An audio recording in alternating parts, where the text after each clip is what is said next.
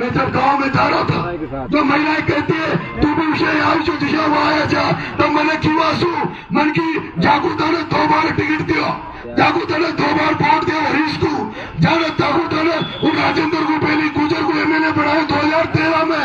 मैं कहना चाहता हूँ ये सवाल तो उनसे पूछना, वो जो तुम्हें धोखा दे के गए। और मैं तो ये कहता हूँ अगर तुम्हें धोखा दिया है, तुम्हें बेवकूफ बनाकर वोट लिया है, अगर तुम्हारे साथ बेईमानी हुई है तो उनको इस बार जब वोट मांगने गांव में है, चाहे चोरों की धरती पे, चाहे कांग्रेस वाला है, चाहे बीजेपी वाला है, उसको मंदिर में खड़ा करवा देना, इस जगह खड़ा करवा के उससे सवाल जवाब करना, उसको माला मत बनाना, अरे उसके साथ जूते देना, उसके साथ चप्पल देना। और नरेश मीणा इस मंदिर प्रांगण में कह के जाना है अगर आपके भरोसे पे खड़ा नहीं उतरे, आपका विश्वास में खड़ा नहीं उतरे, अगर आप जो माला पहना रहे उसकी लाज अगर नरेश मीणा नहीं रखे तो अगली बार जब आए तो उसको नरेश मीणा को जूतों की माला पहनाना, नरेश मीणा को जूतों की माला कहना चाहता हूँ। एक तो वो हरीश मीणा जो पार्टी का हुआ न राज समाज का वाला किसी का हुआ, और दूसरी तरफ वो राजेंद्र गुर्जर, दूसरी तरफ वो राजेंद्र गुर्जर जो भी हरीश से अलग नहीं है, और राजेंद्र गुर्जर भी हरीश से अलग नहीं है। और राजेंद्र गुर्जर जिसको बीजेपी ने एमएलए बनाया, जिसको बीजेपी ने एमएलए बनाया, और राजेंद्र गुर्जर जब पिछली बार यहाँ कर्नल किरोड़ी लाल जी फैसला, जिनको गुर्जर समाज भगवान मानता है, जिनको मसला मानता है, जब कर्नल किरोड़ी लाल जी फैसला का बेटा लाल पगड़ी बांधकर कर्नल साहब का प्रतीक जिनको बांधकर इस देव यूनियन में टिकट लेकर आया था, उसको लगा था कर्नल साहब का समाज सम्मान करता है, आदर करता है, समाज एक तरफा मेरे साथ लगेगा। कर्नल साहब के समर्पण को, त्याग को हर समाज याद करता है। वो ऐसा व्यक्ति था कर्नल किरोड़ीलाल फैसला जिसने 70 साल की उम्र में ऐसा आंदोलन किया जो हिंदुस्तानी नहीं संसार में सबसे बड़ा फेमस आंदोलन हुआ, इतिहासों में रचा गया, बीबीसी लंदन में चला गया। उस कर्नल किरोड़ीलाल फैसला का बेटा जब लाल पगड़ी बांध करके आया तो ये राजेंद्र गुर्जर था, वो राजेंद्र गुर्जर था जब बीजेपी से एमएलए बना, और बीजेपी से टिकट लेने वाला विजय फैसला को चुनाव कराकर इस हरीश मीणा को जितवाया था। वो राजेंद्र गुर्जर जिसने बीजेपी को भी धोखा दिया, जिसने बीजेपी को धोखा दिया, जिस बीजेपी ने उसको एमएलए बनाया था, और उसने अपने समाज को भी धोखा दिया। मैं आपसे कहना चाहता हूँ यहाँ लोग बीजेपी के नाम पे वोट देते होंगे, कांग्रेस के नाम पे वोट देते होंगे, लेकिन ये जो दोनों चोर चुनाव लड़ रहे हैं, ये दोनों चोर चुनाव लड़ रहे हैं, ये तुम्हारे आने वाले समय में तुम्हारी भावनाओं को बेचेंगे, तुम्हारी आत्मा को बेचेंगे, तुम्हारा जो वोट होगा उस वोट को बेचेंगे और उस वोट की कीमत लेंगे, और वो कीमत ये अपने घर वालों के लिए देंगे। तुम्हें कुछ नहीं मिलने वाला, तुम्हें कुछ नहीं मिलने वाला। तो मैं तो कहता हूँ कई देश में परिवर्तन आए, कई नए लोगों को राजनीति बनी, ऐसा नेता बनाओ जो अगर संकट आ जाए तो तुम्हारे साथ खड़ा मिले, तुम्हारे बीच में खड़ा मिले। मैं कल बनेटा साइड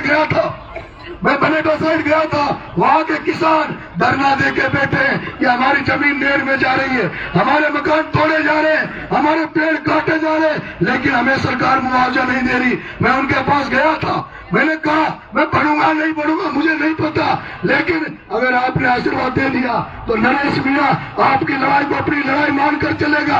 नरेश मीणा आपके मुआवजे के लिए नरेश मीणा लड़ेगा।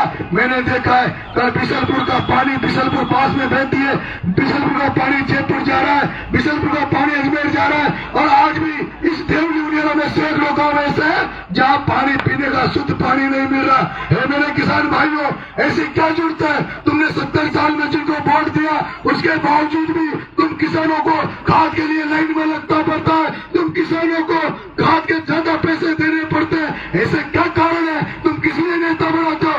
इसलिए तो नेता बनाते हो कि तुम्हारा संकट आए जब समय हो। लेकिन मेरे किसान भाइयों, तुम बिजली घर में चले जाओ, अयन जयन बिना पैसे लिए तार नहीं देता, खंबा नहीं देता, डीपी नहीं देता, कनेक्शन नहीं देता।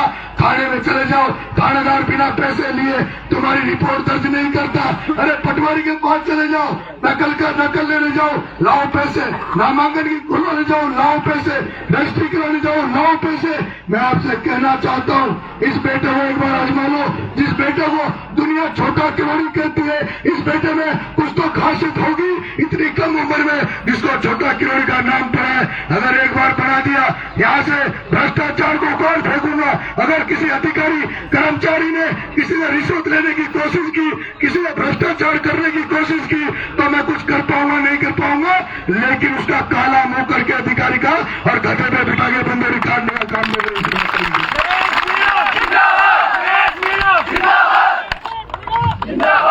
मेरे किसान भाइयों, एक किसान घर में पैदा हुआ, एक किसान घर में पैदा हुआ हूँ, पटेल घर में पैदा हुआ हूँ। गांव में शुरू से कहावत सुनता आया हूँ कि टूट सपूत तो क्यों धन संचे, पूत कपूत तो क्यों धन संचे। उसी लाइन पे आगे बढ़ रहा हूँ। भगवान ने सब कुछ अगर आपका आशीर्वाद रहा तो सब कुछ मिल जाएगा। ईमानदारी से राजनीति कर रहा हूँ। आज दिन तक कोई 2 रुपए का दाग नहीं लगा सकता। इसीलिए हजारों गाड़ियां ले लेके मेरे युवा साथी मेरी ईमानदारी पर, मेरे चरित्र पर विश्वास करके, भरोसा करके खुद का डीजल बढ़ाकर मेरे साथ चल रहा है। अगर आपने मौका दिया तो 4 साल बाद में ये देवली उनियारा की जनता, ये चोरू की जनता, ये सब भी मेरे इस मीणा के साथ इसी तरह लगेगी। मैं होपलेस हो चुका हूँ, मैं होपलेस हो चुका हूँ, मैं निराश हो चुका हूँ, टूट चुका हूँ। कई बार झगड़ा लड़ लिया, वहां हार गया। गुंजल साहब की मदद कोटा में करी, गुंजल साहब हार गए। टिकट मुझे ये जो हरीश मीणा, मुरारी मीणा, ओम बिरला, प्रमोद जैन भाया, ये बड़े बड़े नेता बैठे जिनसे कोई लड़ नहीं सकता, उनसे ये बेटा लड़ रहा है। इसलिए लड़ रहा है कि आपका आशीर्वाद है, इसको डर नहीं लगता। कल मरेंगे उसकी वजह आज ही मरे, लेकिन कम से कम जिस दिन मरे उस दिन नाम कमा के मरे। इसलिए दिल टूटा है, कमजोर हो गया, कई साल हो गए। इसलिए इस बार तो नेताओं से, पार्टियों से सबसे जब विश्वास उठ गया तो बाबा खाटू श्याम के दरबार में बैठ गया। वहां जाके मन्नत मांगी, ढोक लगाई और बाबा खाटू श्याम से आशीर्वाद लिया।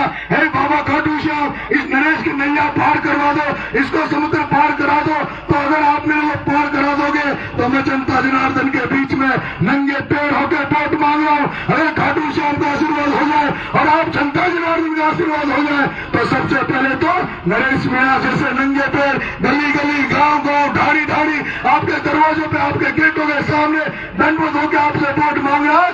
उसके बाद जीतने के बाद सबसे पहले नरेश मीणा पैदल पैदल नंगे पैर बाबा खाटू श्याम के दरबार में ढोक लगाएगा और उसके बाद वहां से सीधा किसी नेता के पास नहीं जाएगा, किसी पार्टी के दरवाजे पर नहीं जाएगा।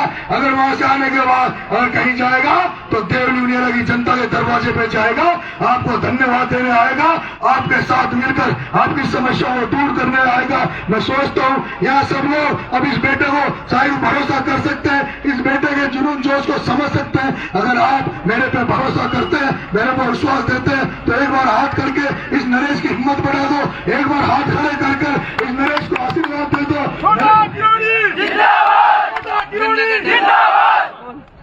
इंकलाब जिंदाबाद।